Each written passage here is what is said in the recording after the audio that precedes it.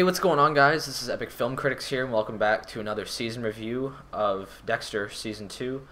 We recently reviewed Dexter Season 1.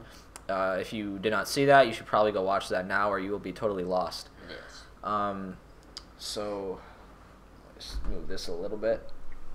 So, we thought we would approach things a little bit differently with this season review. We thought we could go find the written plot of the season, basically read through bits, talk about that, and then just keep reading and just keep continually talking about that. So we thought that'd be a good way to kind of go through the season plot without messing up, I guess, and with kind of making more sense.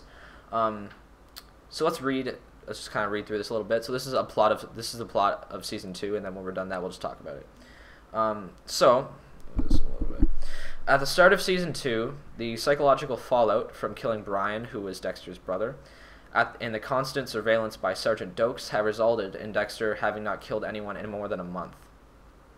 Furthermore, Dexter learns two upsetting things about Harry: that he was sleeping with Laura Moser, Dexter's biological mother, before she died, and that, after walking in on Dexter in the middle of a kill, Harry committed suicide from the guilt. So let's talk about that a little bit. So again, this season goes a bit more into Dexter's backstory and kind of the behind-the-scenes stuff that he didn't know about. So Dexter was kind of messed up after he killed his brother, and he couldn't kill anybody. I remember there was a part where he was gonna kill this blind guy, and he just he couldn't do it, or whatever, and he couldn't kill for a while because he just couldn't do it. But yeah, Dexter learns a lot more about his father, that he was actually sleeping with his biological mother. So that kind of, I wouldn't say that pissed him off. He was just kind of surprised by that. But what kind of pissed him off was that he found out that his dad actually, because after his dad taught him the code, which is what Dexter lives by. After he taught him the code, Dexter's Harry walked in on him actually killing a guy, and just he couldn't live with what he had done, so he killed himself. So Dexter couldn't really live with that guilt either. Yeah. That was kind of upsetting, I guess. Dexter also picked the stupid place to kill someone. He did in his garage or something like that. Yeah, I remember Harry just walked in in the middle of his garage, and he was just stabbing a guy. Yeah. He's like, "Oh, hey, Dad." He was in the middle of cutting him up. Yeah, he was like, "Hey, Dad, look what I did," or whatever. These discoveries cause his faith. These discoveries cause his faith in the code to waver, and Dexter imagines scenarios in which he turns himself in. So yeah, he kind of after this, he kind of feels that if what he's doing could cause the pain, could cause pain to his dad, then maybe if someone else in his life found out, then he would cause the same pain for them. So yeah, there was lots of situations where I actually thought there was a chance that he would actually turn himself in.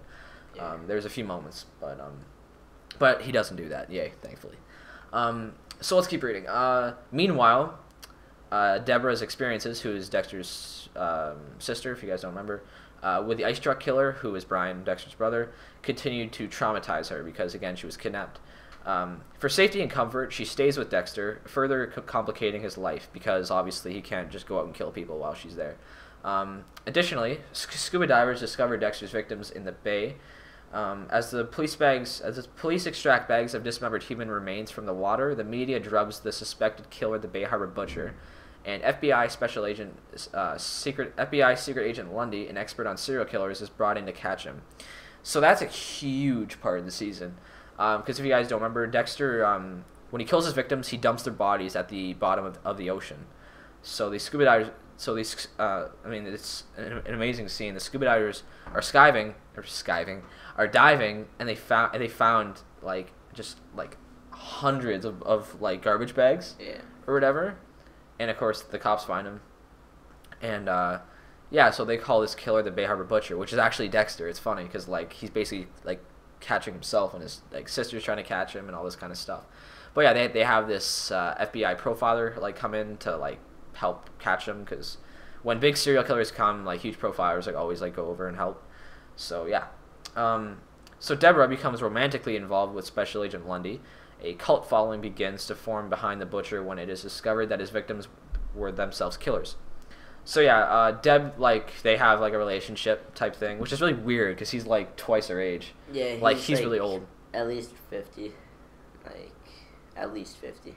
60 maybe. I want to go with 60 because like 55. Yeah. Because like Deb's like maybe like 29, 30. Oh yeah, 31. because he did retire like. Yeah, like he retired soon after. Like in like this. Yeah, so he was probably in his 60s. Yeah. And Deb, of course, yeah, like 30. Yeah. Or something like that. So yeah, like twice her age. So that was pretty awkward, especially for Dexter. He's like, what the fuck.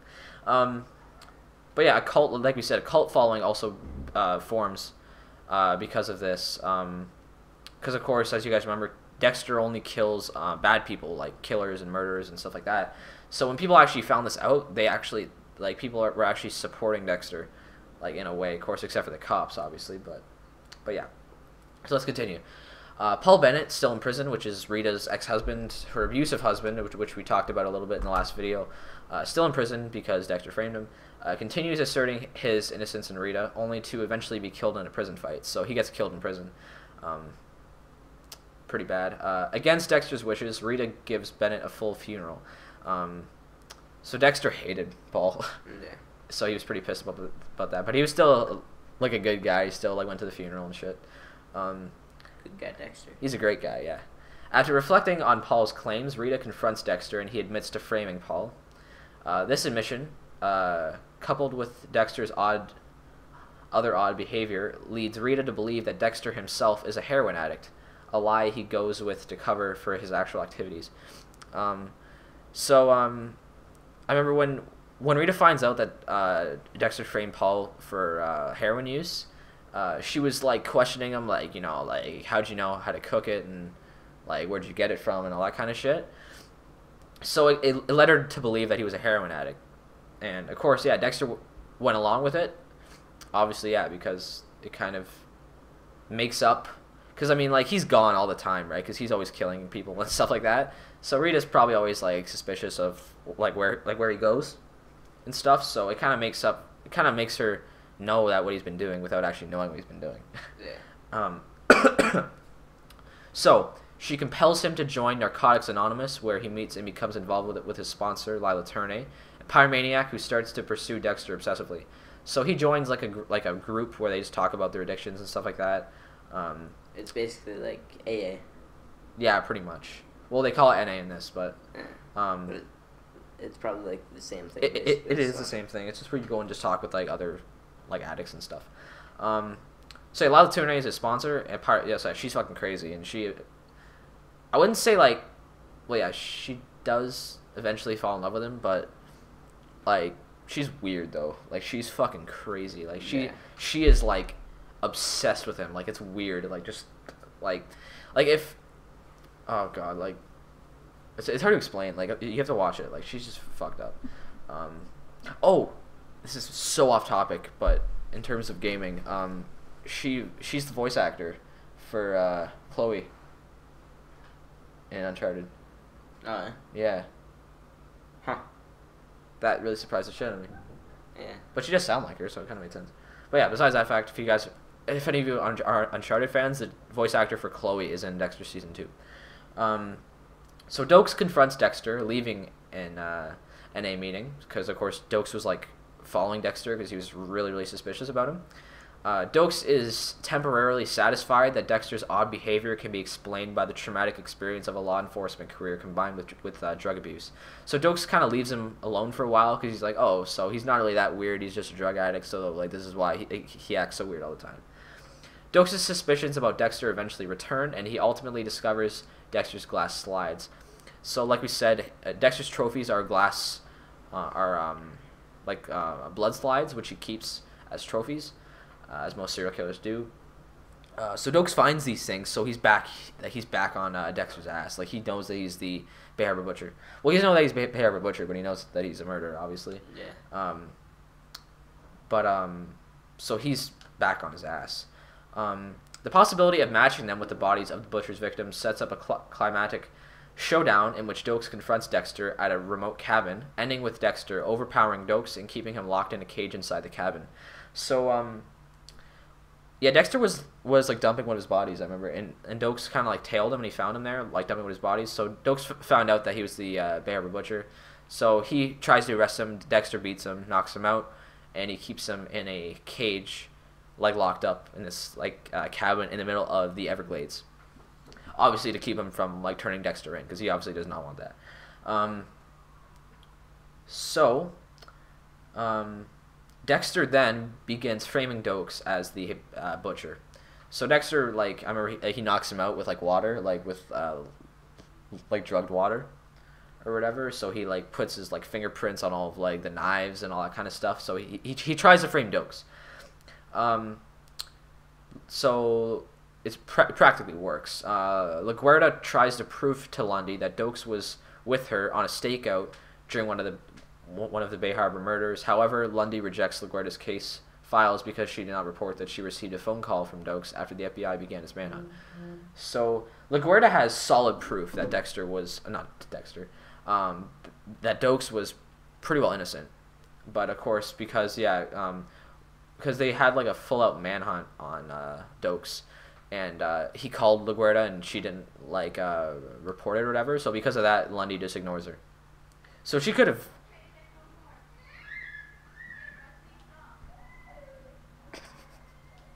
Sorry about that, if you could hear that.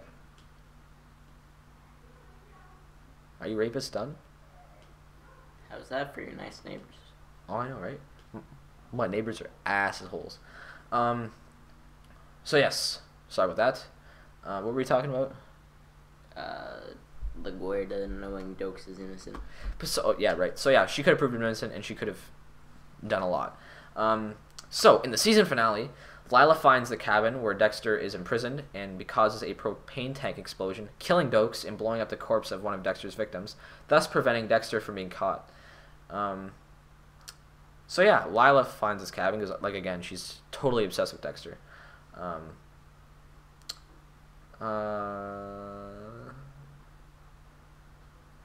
yeah, Doakes is dead too, so that prevents Doakes from turning Dexter in, and it also prevents the other shift from happening. So Lila then meets with Dexter, expecting him to accept her love now that she knows his dark secret. She catches him preparing to kill her and seeks revenge by kidnapping Rita's children and uses them to lure Dexter into a trap and intended to kill them. Dexter saves the children and escapes, later exacting his own revenge on her after she has fled to Paris. So Dexter goes to Paris where she has fled and he kills her. That bitch. Like, I was so happy when he killed her. I was like, yes, finally. Like, she was such a bitch. In the closing scenes, Doakes' memorial service goes largely unattended, with the exception of LaGuardia, Dexter, and Doakes. Or, like, Doakes' family. Sorry. So that's the plot. That's the whole plot of the season. So let's talk about the season a little bit. What did you think of season 2? That was really good. Like, not like my favorite season or nothing like that. Yeah, no. Me either. Season 4 will always be my my favorite season. Yeah. But, I hate the background noise. Sorry if you guys can hear that. It's really annoying. I know. All right, whatever. So yeah, I thought it was a really good season. I loved. Like, I think the conflict between Dexter and Doakes was amazing. Like, that made the whole season. Like, that was awesome. Yeah. Of course, the whole thing with Lila, she was a crazy fucking bitch. Like, that shit was crazy, too. Yeah. Like, yeah, it was a great season. Like, I really, really enjoyed that season. Not really much else to say, guys. Yeah. If you guys enjoyed the season review, please leave a like and a comment. It really helps us out a lot. If you guys like the way that we did this season review, we'd appreciate it if you guys told us, because we will keep doing it this way unless you guys tell us different. Then we will do something different, I guess. Also, subscribe for future season reviews of Dexter and also other shows and some other awesome videos that we have coming out soon. It's been Epic Film Critics. Peace out, guys. See you.